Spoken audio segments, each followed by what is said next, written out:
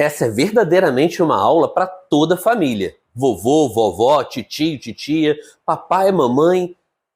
Quer saber por quê? Vem comigo.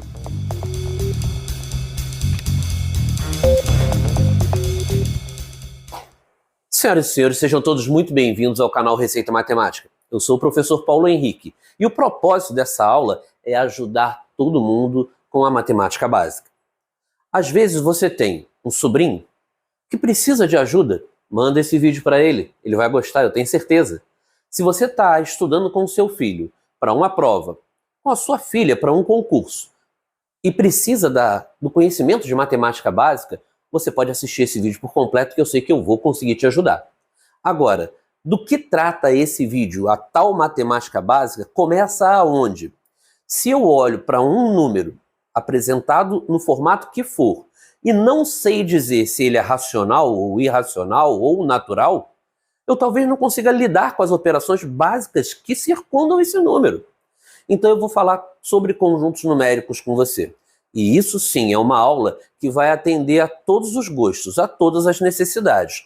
Para as provinhas da escola, para os seus concursos, ou só para fazer uma revisão para você ajudar seu filho, sua filha, seu sobrinho, seu neto, sua neta, seja lá quem for.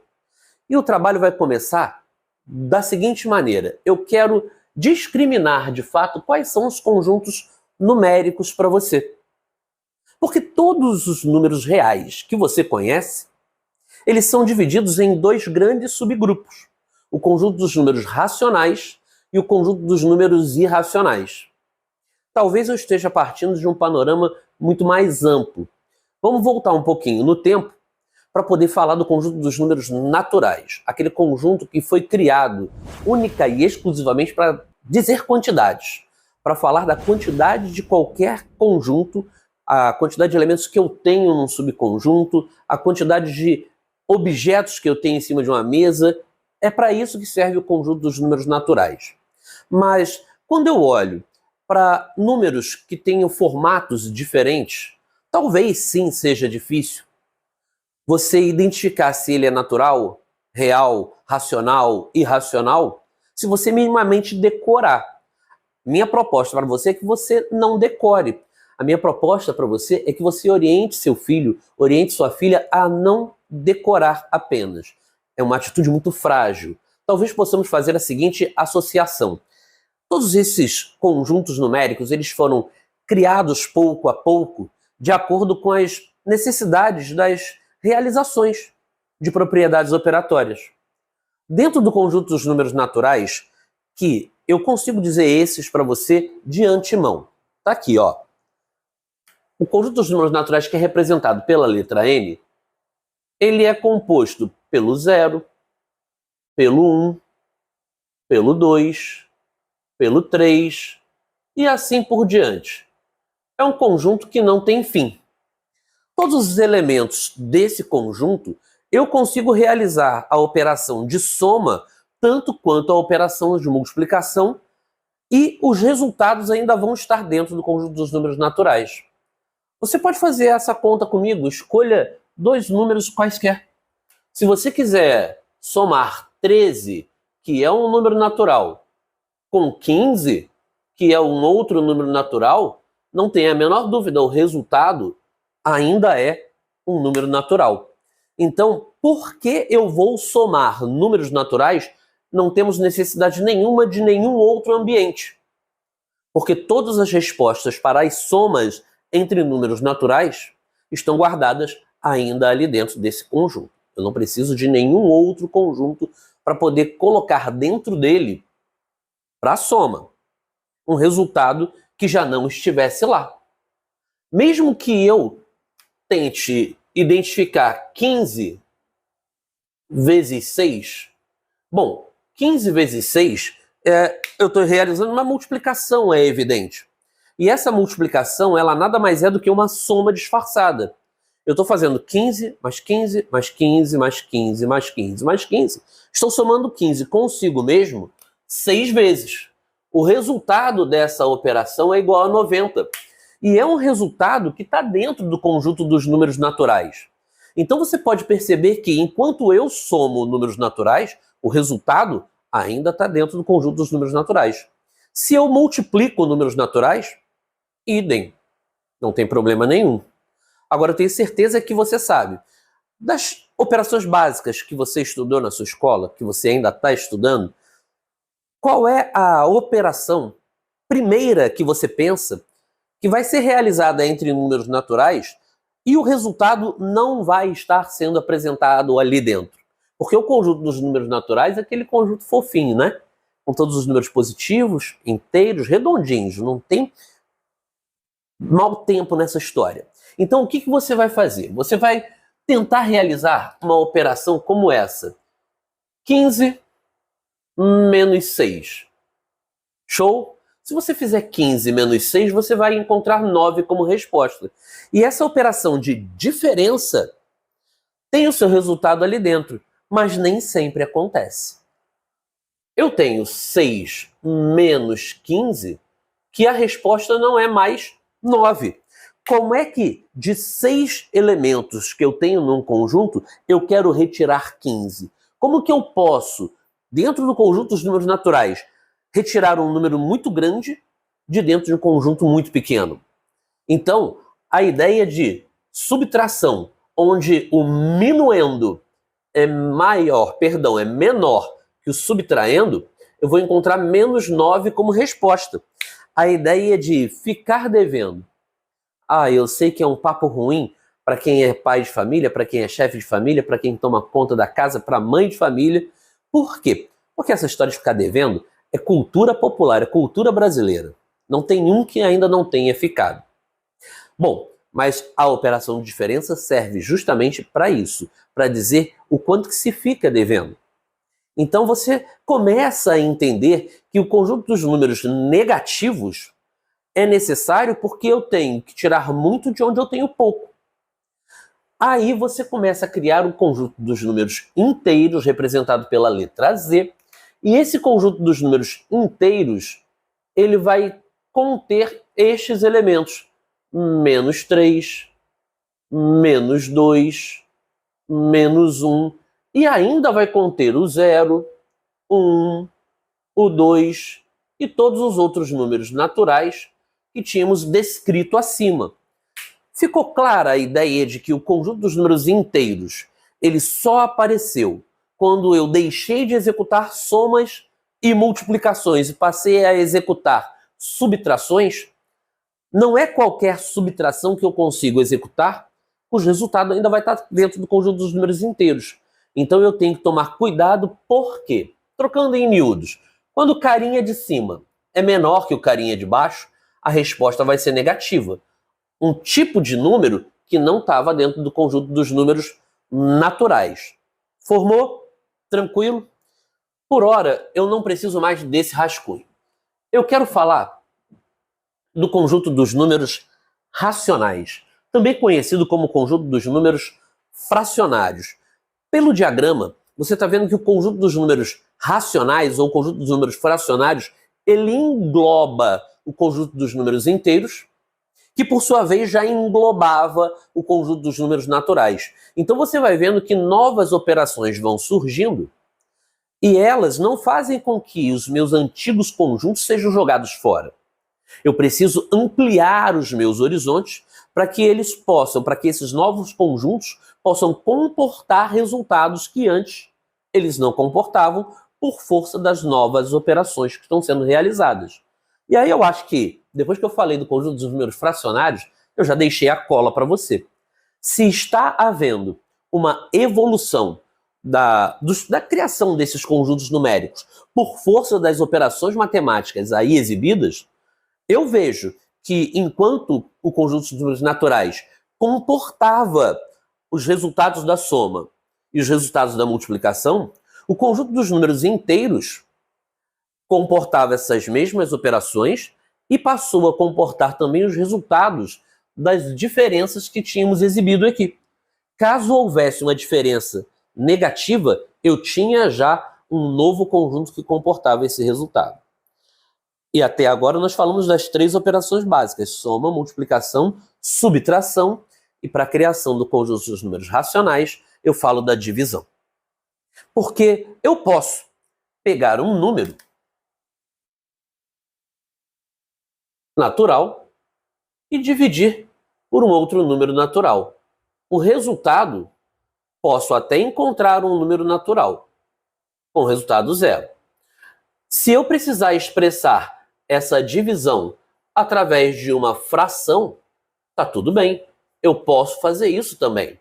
Não é à toa que o conjunto dos números racionais é o conjunto das divisões, é o conjunto dos números fracionários, é o conjunto onde eu vou tentar guardar resultados para a operação de divisão que não cabem no conjunto dos números inteiros, e muito menos nos naturais. Tudo bem? Como assim? Bom, existe um tipo de divisão como essa, 15 dividido por 2. Isso aqui vai dar 7. E resto 1. Afinal de contas, 2 vezes 7 vai dar 14. Para 15 sobra 1. Querendo perpetuar a divisão, eu boto uma vírgula e acrescento um zero. 10 dividido por 2, isso dá 5. 7,5 não é um resultado inteiro, nem mesmo um resultado natural.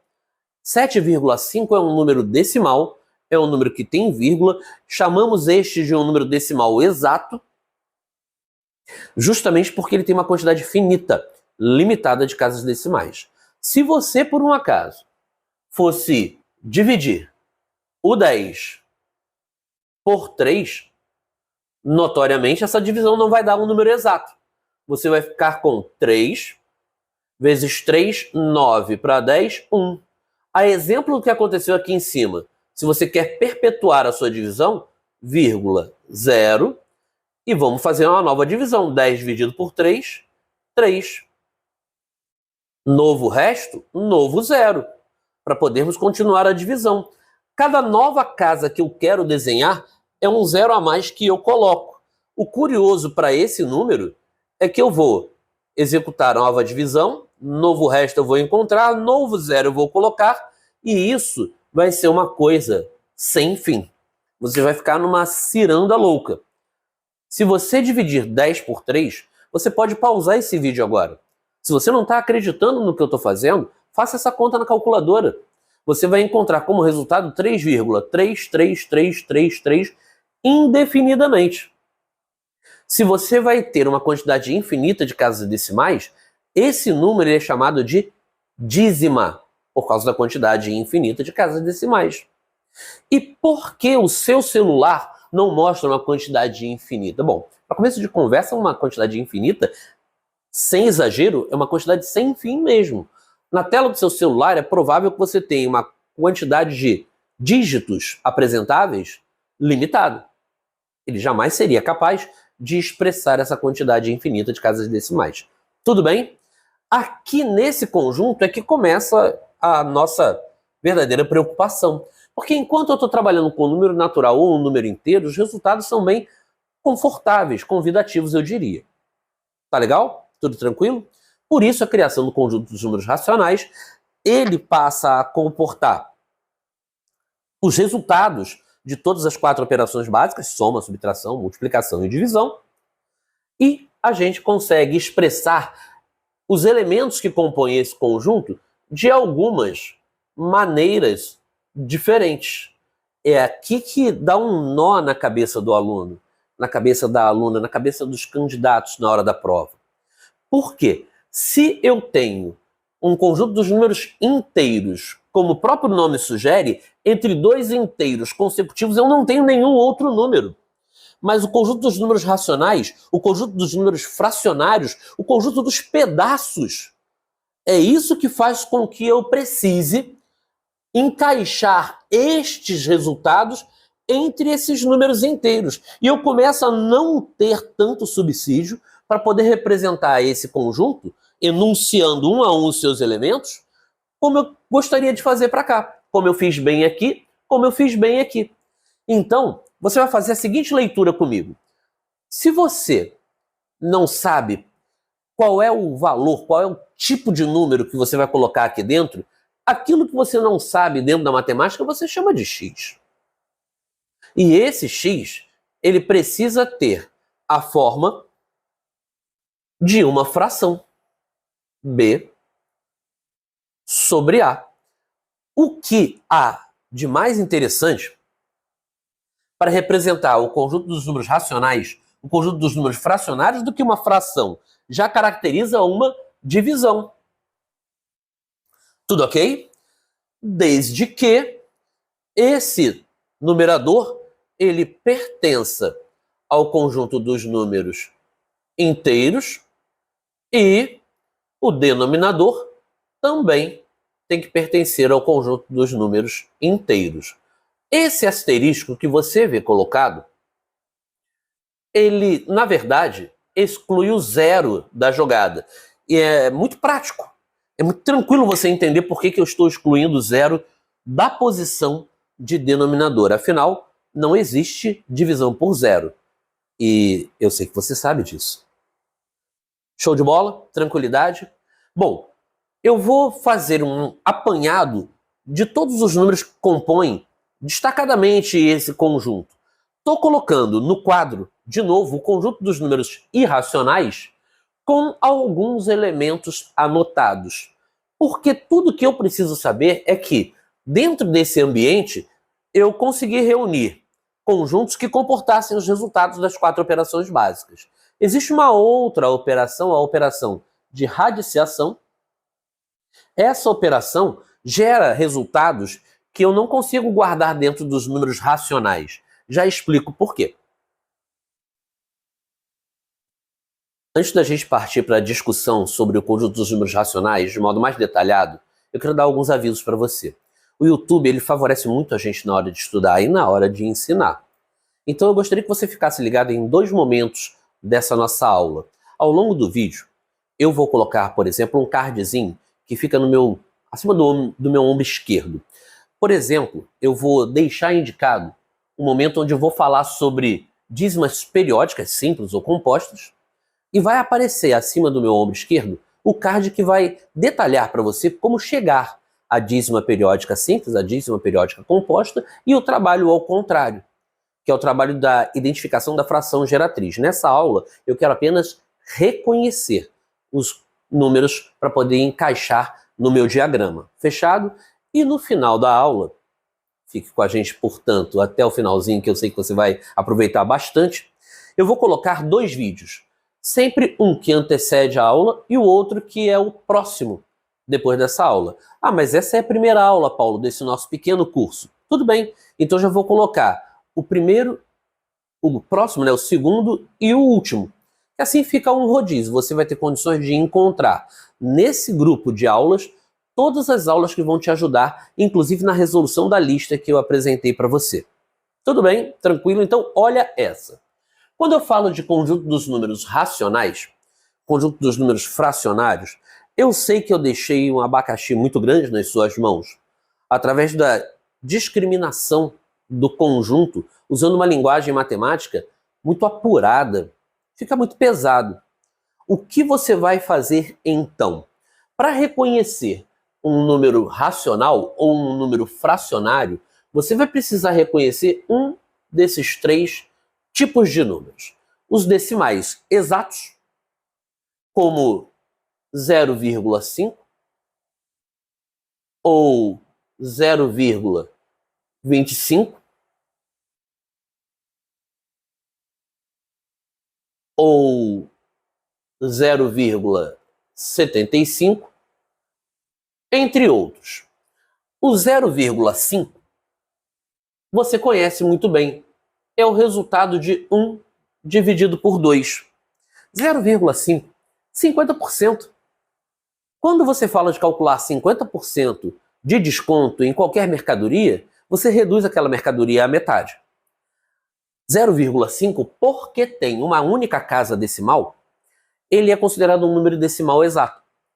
0,25. Esse 0,25 ele é igual a 1/4.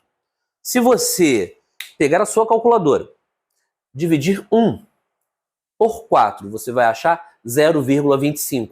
25 centésimos, 25%. Se você estiver trabalhando com um número que apresente apenas 2 casas decimais, é uma quantidade de casas decimais finita, limitada. Aí você chama esse número de um número decimal exato. Assim como 0,75, este 0,75 é o resultado dessa divisão, de 3 por 4. E se eu tiver, Paulo, 0,1234, você está falando de 0,1234 e acabou, depois do 4 não vem mais nada, você só tem 4 casas decimais, então você está falando de um número decimal exato. Esse número decimal exato está dentro do conjunto dos números racionais. Por quê? Porque é um número que eu consigo transformar em fração. A aula sobre encontrar a fração que deu origem àquele número decimal exato ou as dízimas periódicas, simples ou composta, você está vendo no card acima do meu ombro esquerdo. Show de bola? Mas não clica nele agora não. Vamos pensar no seguinte. Vamos pensar agora no formato que uma dízima periódica simples vai apresentar para a gente. O nome precisa parecer sugestivo. Desde que eu tenha um nome iniciado por dízima, eu tenho uma quantidade infinita de casas decimais. Se é uma dízima periódica, é porque há repetição. Tem alguém que vai aparecer repetidas e indefinidas vezes. E se é uma dízima periódica simples, é porque depois da vírgula eu só tenho repetições. Eu estou falando de uma aula onde nós vamos identificar. Calcular é outra aula. Então tá aqui. Você vai falar para mim que 0,333, isso é um número que, se eu colocar reticências, eu estou caracterizando uma infinidade de casas decimais. Isso é uma dízima periódica simples. Depois da vírgula, eu só percebo os que se repetem. Tranquilidade? Tudo bem? Show! Existe uma outra maneira da gente representar esse número. Pronto. 0,3 com uma barrinha em cima. Isso me ajuda a abreviar a minha escrita. Todos esses números são o resultado de 1 dividido por 3. E existe um capítulo, de novo, eu repito, que fala sobre a identificação. Nós vamos aprender a calcular a fração que deu origem àquele número decimal exato ou àquela dízima periódica. A esta fração damos o nome de fração geratriz. De novo, a aula, daqui a pouquinho você volta e clica nela. Eu só quero que você pause o seu vídeo, pegue seu celular, divida 1 por 3 e diz para mim se isso não vai dar 0,333 de fato. Tranquilidade? Beleza? Você vai ter uma dízima periódica composta, não quando você tiver 0,25, 25, 25 e reticências. Isso que você está vendo ainda é uma dízima periódica simples. Essa dízima, ela é simples porque depois da vírgula eu só encontro algarismos repetidos. Tudo bem que eu tenho um número, o 25, que é este que aparece repetidas vezes. Mas entre a vírgula e o primeiro algarismo a aparecer repetido, não aparece nenhum intruso, como aparece aqui. 0,322 e assim por diante. Esse número, ele é considerado uma dízima, porque tem uma quantidade infinita de casas decimais, periódica, porque eu vejo alguém que se repete indefinidamente, mas é uma dízima periódica composta porque aparece alguém entre a vírgula e o período que dá as caras, mas depois some e não aparece mais. Este número pode ser abreviado assim. Repara agora na posição da barrinha, que está só em cima do 2. A fração que deu origem a este número, 29 sobre 90. Convido você de novo a parar o seu vídeo, tomar a sua calculadora em mãos, dividir 29 por 90 para identificar se de fato este é o resultado para essa operação. Então você está sabendo de características importantíssimas dos números que vão entrar no conjunto dos números racionais. Eles podem ser expressos tanto na forma de número decimal exato, como dízima periódica simples, como diz uma periódica composta. E todos esses três são tipos de números que podem ser colocados na forma de fração. Lembra? 0,5 igual a meio, 0,25 igual a 1/4, 0,75 igual a 3/4. Então, o conjunto dos números racionais, ele é, por uma questão de definição, por uma questão de nome, o conjunto dos números fracionários. Tudo ok? Isso é mega importante. Tem algumas armadilhas? Talvez. Como, por exemplo, se você fala de 4. 4 é um número inteiro. 4 eu não caracterizaria como um conjunto dos números racionais. Lê do engano. Porque pelo diagrama você pode ver que a região destinada ao conjunto dos números naturais está toda ela dentro do conjunto dos números inteiros. Logo, eu posso dizer que todo número natural é um número inteiro também. Nem todo número inteiro é um número natural. A região destinada ao conjunto dos números inteiros está toda ela guardada dentro de um conjunto chamado conjunto dos números racionais. Assim sendo, todo número que é inteiro é racional também. Nem todo número que é racional é inteiro também. Ué, mas eu não entendo fração aqui. Vamos lá. É uma coisa bem fácil de você entender. Tão fácil que você às vezes não enxerga. Eu perguntaria para você, quanto é que dá 4 dividido por 1? Eu sei que a sua resposta vai ser 4, porque afinal qualquer número dividido por 1 dá ele mesmo. Então o 1 é um denominador implícito para qualquer número inteiro ou qualquer número natural que se apresente na sua frente. Não quer trabalhar com 1? Eu posso muito bem representar isso para você. Paulo, isso é um número fracionário. Eu estou vendo o numerador, estou vendo o denominador, mas você não qualificaria este como um número natural também? Deveria, porque o resultado da operação é o que importa. Se eu tenho 8 dividido por 2 dando 4 como resposta, aquela operação 8 dividido por 2 gera um número natural. O que eu não consigo é expressar 7 dividido por 2 para dizer para você que esse número vai ser natural também. Sabemos que um número ímpar jamais seria divisível por 2. Show? Trunks? Este é um número inteiro, este é um número racional, não inteiro e não natural. Este é um número racional inteiro e natural também. Você precisa tomar cuidado com o diagrama que precisa retratar a realidade dos valores que cada uma daquelas regiões comporta. Agora vamos falar um pouquinho dos números irracionais. Lá pelos meus 14 anos de idade eu tomei uma decisão na minha vida. Eu sabia que eu queria entrar para uma escola militar. Só que tinha uma barreira na minha frente muito grande que era a matemática. Assim, eu estudei feito um condenado para poder ingressar no concurso e conseguir. Mas eu também tive a ajuda de outros professores de outras áreas. Eu tive um professor de língua portuguesa que era uma sumidade, era uma fera, o professor Edgar. Por que eu estou falando dele? Porque ele me ajudou a entender muito mais de todas as outras matérias só através de um estudo de prefixos gregos e prefixos latinos. Quando você olha para um nome como esse, irracional, o i preconizando uma palavra, fazendo o papel de prefixo de uma palavra, ele indica negação. Aí você para pensar que todo número que é racional admite a forma de fração, todo número irracional é aquele que não admite uma forma de fração.